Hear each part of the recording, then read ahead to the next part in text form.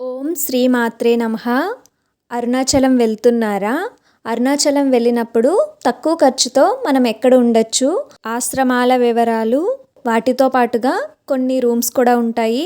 అలానే మేము వెళ్ళినప్పుడు మేము ఎక్కడ ఉన్నామో మా అనుభవం ఏమిటో, రైల్వే స్టేషన్ నుండి మనం ఆశ్రమాలకు కానీ రూమ్స్కి కానీ ఎలా వెళ్ళాలి, ఆటో వాళ్ళు ఎంత డబ్బులు తీసుకుంటారు, ఇదంతా కూడా ఈ వీడియోలో తెలుసుకుందాము. ఇది అరుణాచలం యొక్క రైల్వే స్టేషను. ఇక్కడ మనకి ఆటో వాళ్ళు ఉంటారు. మనం రాజగోపురం దగ్గరికి వెళ్ళాలి కదా, 2 కిలోమీటర్లు ఉంటుంది.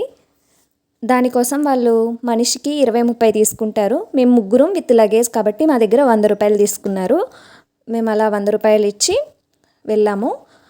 ముందుగా మేము రాజగోపురానికి వెళ్ళాం, కానీ మీరు రాజగోపురానికి అని వెళ్ళకుండా మీరు ఏదైతే ఎక్కడైతే ఉండాలనుకుంటున్నారో ఖచ్చితంగా అక్కడికి ఆటో వాళ్ళని అడిగి వెళ్ళండి. ఎందుకంటే లగేజ్ ఉంటుంది కదా, లగేజ్తో పాటుగా వెళ్ళడం అనేది కొంచెం కష్టమవుతుంది.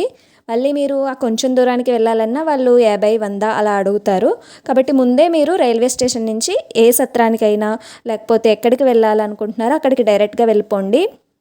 నేను రాజగోపురానికి దగ్గరగా ఉంటుందేమో అనుకున్నాను. కొంచెం దూరమే, ఒక 1/2 కిలోమీటర్ ఉంటుంది. సుమారుగా 450 మీటర్ల వరకు ఉంటుంది దూరం అనేది రాజగోపురం నుండి.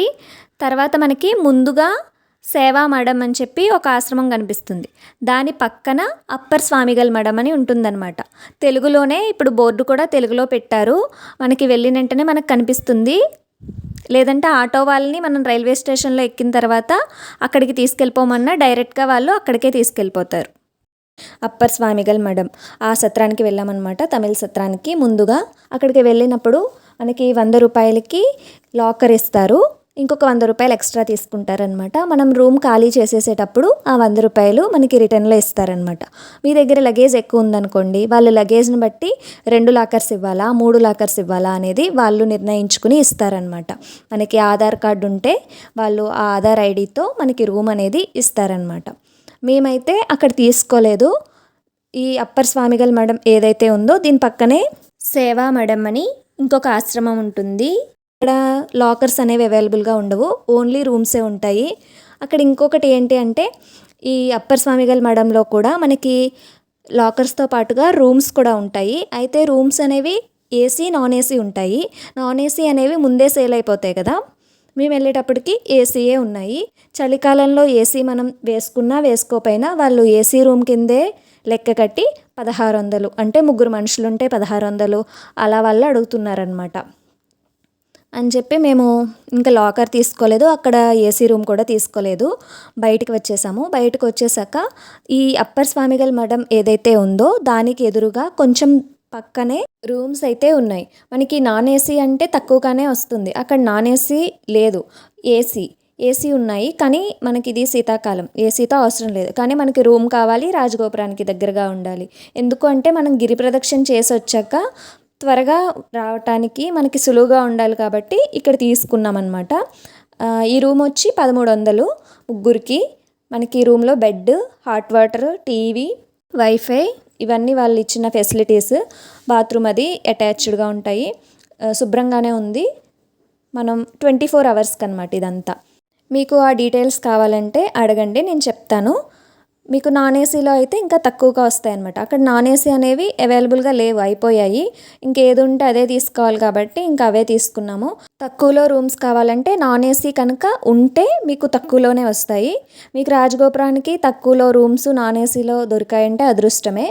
లేదు అంటే ఇంకా లాకర్ తీసుకోండి, 100 రూపాయలతో అయిపోతుంది. మేము ఎక్కడైతే ఉన్నామో వాటి డీటెయిల్స్ కావాలంటే తప్పకుండా అడగండి, చెప్తాను. కింద డీటెయిల్స్ అనేవి ఇస్తానన్నమాట. అలాగే రమణ మహర్షి ఆశ్రమం ఉంటుంది కదా, అక్కడ కూడా రూమ్స్ ఉంటాయి. కాకపోతే అక్కడ ఉండే వాళ్ళకి మాత్రమే ముందుగా ఇస్తారనమాట అక్కడ. తర్వాత ఈ రమణ మహర్షి ఆశ్రమం దగ్గరగానే శివసన్నిధి ఆశ్రమం ఉంటుంది, అక్కడ కూడా రూమ్స్ ఉంటాయి. భోజనం అనేది ఉచితంగా పెడతారు అక్కడ. ఈ రమణ మహర్షి ఆశ్రమం దాటాక మనకి శేషాద్రి ఆశ్రమం వస్తుంది, అక్కడ కూడా మనకి రూమ్స్ అనేవి ఉంటాయి. ఇప్పుడు చెప్పిన ఈ ఆశ్రమాలు అనేవి రాజగోపురానికి కొంచెం దూరంగా ఉంటాయి అన్నమాట. వీటితో పాటుగా ఇంకా చాలా రూమ్స్ కూడా దొరుకుతాయి మనకు అక్కడ. భోజన వసతులకు వచ్చేసరికి మనకి ఎక్కడైతే అప్పర్ స్వామిగల్ మఠం ఉంది కదా, దానికి ఎదురుగానే చిన్న హోటల్లా ఉంటుంది. అక్కడ భోజనం అనేది 120 రూపాయలకి దొరుకుతుంది. అలానే టిఫిన్స్ కూడా ఉంటాయి అక్కడ. మీరు గిరి ప్రదక్షిణ చేసుకున్నాక ఆలస్యం అయినా సరే అక్కడ 11-11:30 వరకు కూడా మనకి టిఫిన్ అనేది దొరుకుతుంది. తర్వాత మేము గిరి ప్రదక్షిణ సాయంత్రమే చేయాలి అనుకున్నాము. దానికోసం గిరి ప్రదక్షిణకి బయలుదేరదాం అనుకుని బయలుదేరుతున్నాము. 5:30 అవుతుంది. ఇంక ఇప్పుడు మొదలు పెడితే మనకి ఒక 5 గంటలైనా 10-10:30 అవుతుందని చెప్పి మొదలు పెడదాం అనుకున్నాము. ఆ తర్వాత వీడియోలో మనం గిరి ప్రదక్షిణ అనేది ఎప్పుడు చేస్తే బాగుంటుంది, అలానే మనం గిరి ప్రదక్షిణ చేసేటప్పుడు ఎక్కడెక్కడికి వెళ్ళాలి, ఏమేమి చూడాలి, ఎవరెవరిని దర్శనం చేసుకోవాలి, ఇదంతా కూడా తర్వాత వీడియోలో వివరంగా చెప్తాను. ఓం శ్రీమాత్రే నమః.